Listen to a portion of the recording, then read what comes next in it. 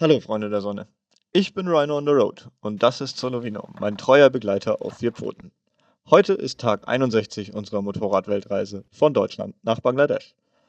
In der letzten Episode habt ihr miterlebt, wie mir mein Generator für mein E-Motorrad gestohlen wurde. Über 1000 € einfach weg. Ein herber Rückschlag, den ich erstmal verdauen musste. Aber heute beginnt ein neues Kapitel. Ich stoße zu einer spirituellen Natur-Community und endlich geht's wieder mehr auf 2 Rädern voran. Kommt mit, es wird spannend.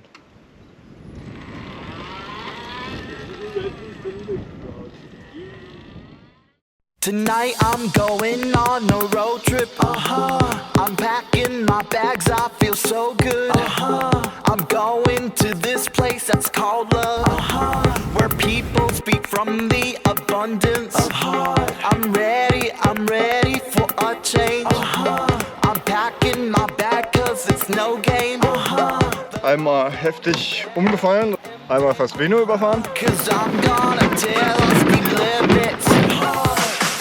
On the road to love, I saw a rhino. It would knock it up, so I hugged the Wasn't off to go, wasn't off to go. There's a rhino on the road. Rhino on the road.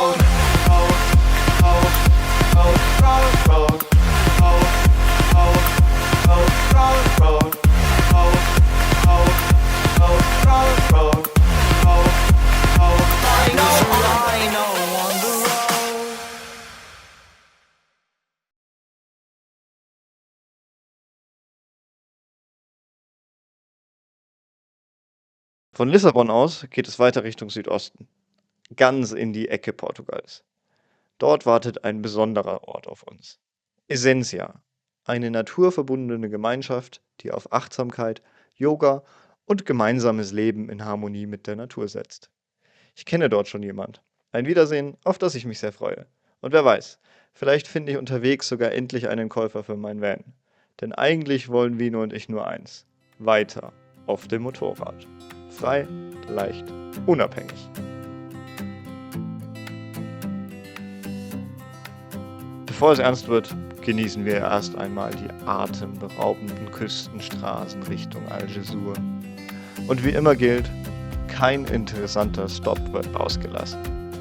Wie hier an einem uralten römischen Damm. Die Geschichte Portugals liegt direkt unter unseren Reifen. Manchmal muss man nur anhalten und hinschauen.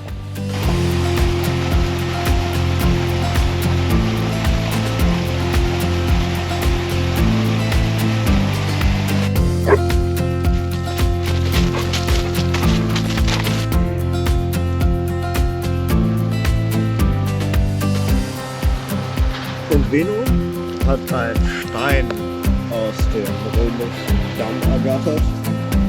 Allerdings scheint er nicht der Erste gewesen zu sein.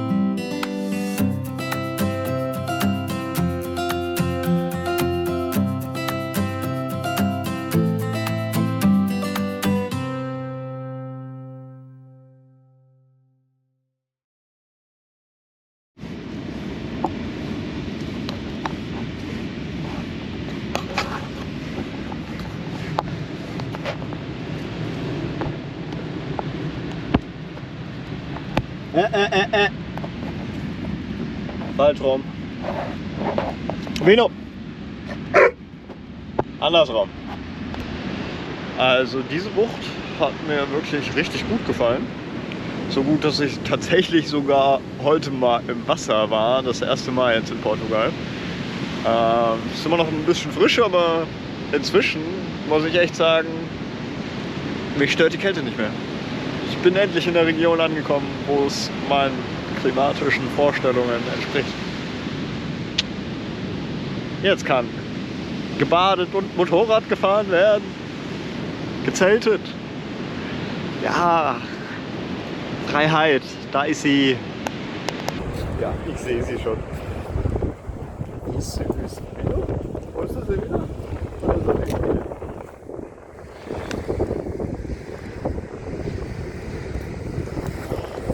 Du Hund.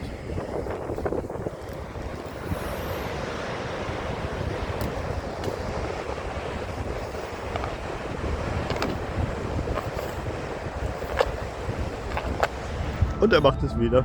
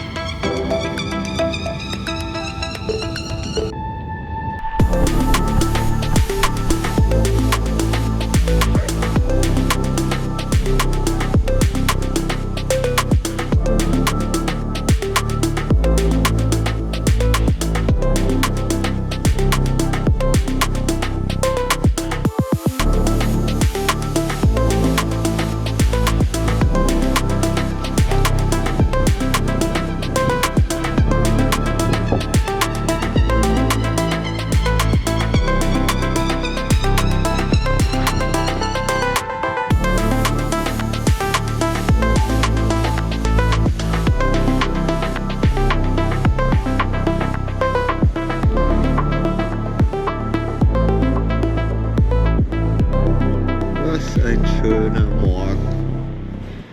Mit Regenbogen. Und Sonne über Meer.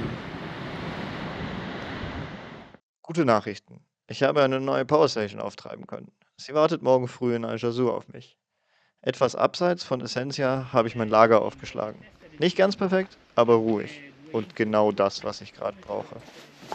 Bevor ich richtig ankomme, treffe ich mich mit einem der Verantwortlichen dort. Die Energie des Ortes ist besonders. Es fühlt sich an wie eine Pause vom Lärm der Welt.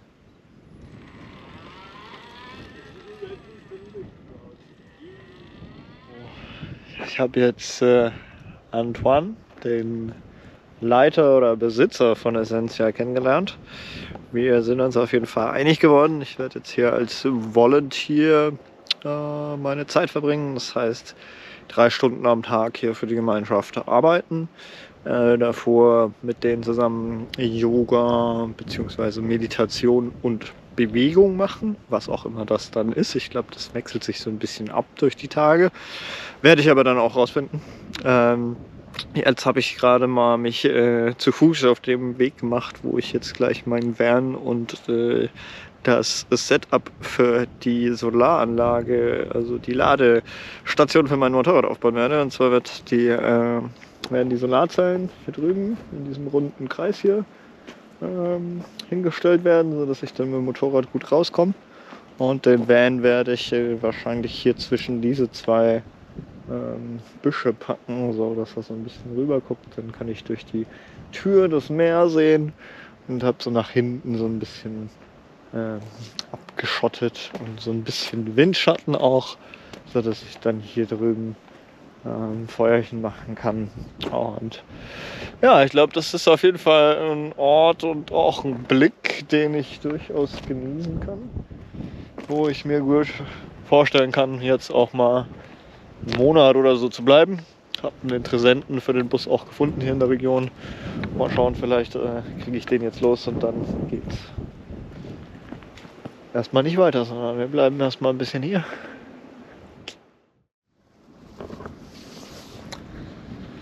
Die erste Nacht in Essentia ist vorbei und ich habe jetzt heute Morgen mal angefangen, meine Solarzellen aufzubauen. Das Motorrad steht noch unten beim Gemeinschaftsplatz, aber die neue Powerstation, die ich bekommen habe, die war tatsächlich komplett leer. runter. Und jetzt muss ich erstmal ein bisschen vollladen, hatte tatsächlich auch zu wenig Spannung. Und ja, noch ist die Sonne nicht wirklich stark, deswegen laden wir jetzt gerade erst noch mit 50 Watt. Das wird ein bisschen dauern, 21 Stunden sagt die Maschine. Aber mit ein bisschen Glück kommt da hinten auch die Sonne und dann kann ich heute das Motorrad wieder laden. Das wäre natürlich super stark. Endlich ein bisschen Strom. Das reicht, um wieder Strecke zu machen. Und Vino? Der freut sich wie ein Welpe. Raus aus dem Lager, rein in die Wildnis.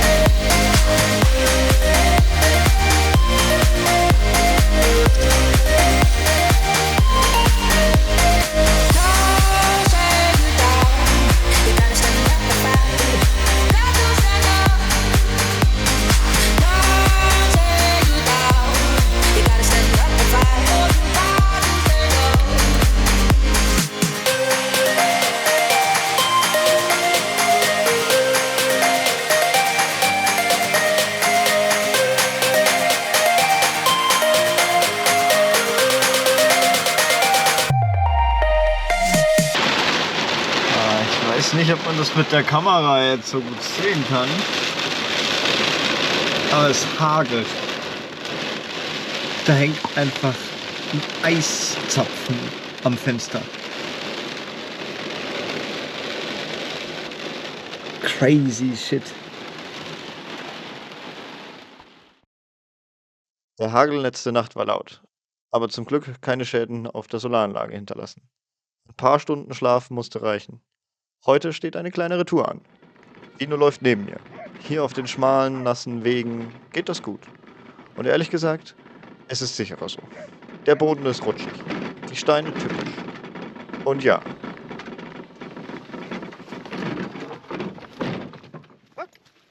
That was the first time.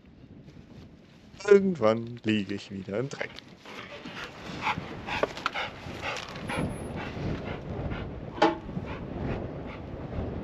Alright. Alrighty.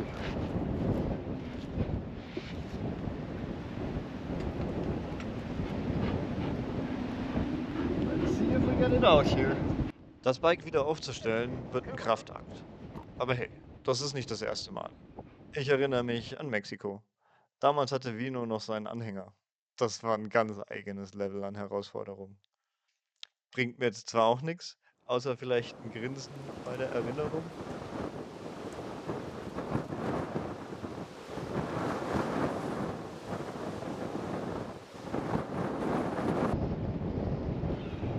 Okay, steht wieder.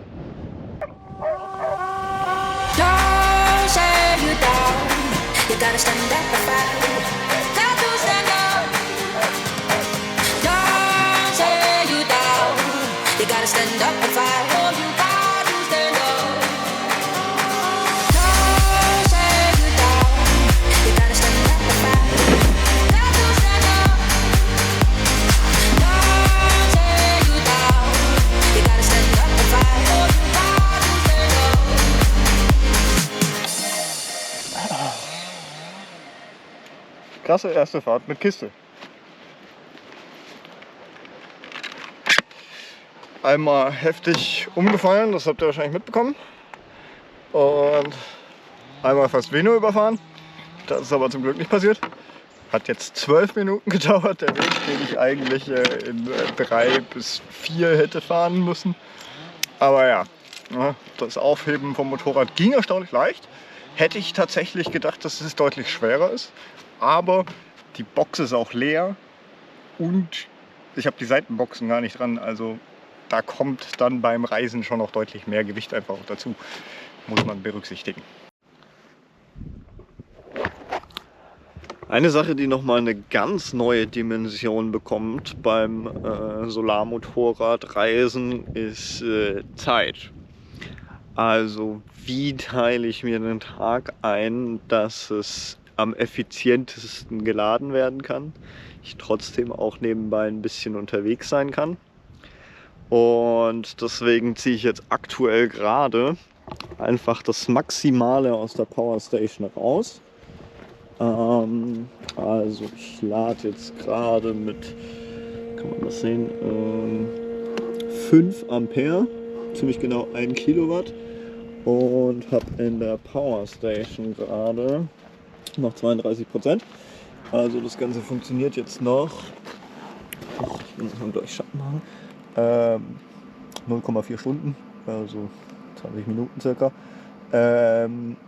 Und dann ist die Powerstation leer und dann werde ich mich mal auf eine Tour machen, ein bisschen einkaufen, und in der Zeit kann dann die Powerstation wieder vollladen, sodass ich dann später, wenn ich wieder da bin, auch wieder mehr aus der Powerstation rausziehen kann, als in dem Moment in die Powerstation reingeht. Wo ich, wenn ich halt parallel lade, quasi immer nur das rausziehen kann, was auch gleichzeitig reinkommt. Aber das macht dann ja auch keinen Sinn, wenn ich die Powerstation hier stehen habe und sie ist voll und kann nicht laden, während ich unterwegs bin. Deswegen muss ich jetzt meine Tage inzwischen einfach anders einteilen. Manchmal bringt einen das Reisen nicht nur an einen neuen Ort, sondern auch in einen neuen Zustand. Die Strecke von Lissabon nach Essencia war auf der Karte sehr kurz, aber innerlich hat sich etwas verschoben. Hier draußen, abseits von Straßenlärm und Stadtgetöse, scheint die Zeit sich anders zu bewegen. Langsamer und weicher. Und während alles um mich rum zur Ruhe kommt, kommt auch etwas anderes an. Der Generator, den ich bestellt habe. Nicht als Retter, sondern als Werkzeug für den nächsten Schritt. Denn in der nächsten Folge beginnt endlich das Experiment. Die ersten echten Erfahrungen mit der Solarladung und ein Motorrad, das in der Sonne atmet. Ob das alles so funktioniert wie geplant? Ich weiß es nicht. Aber ich weiß, dass das der Grund ist, warum ich losgegangen bin. Bleibt dran, folgt gerne rein und lasst ein Like da. Bis zum nächsten Mal. Euer Rhino.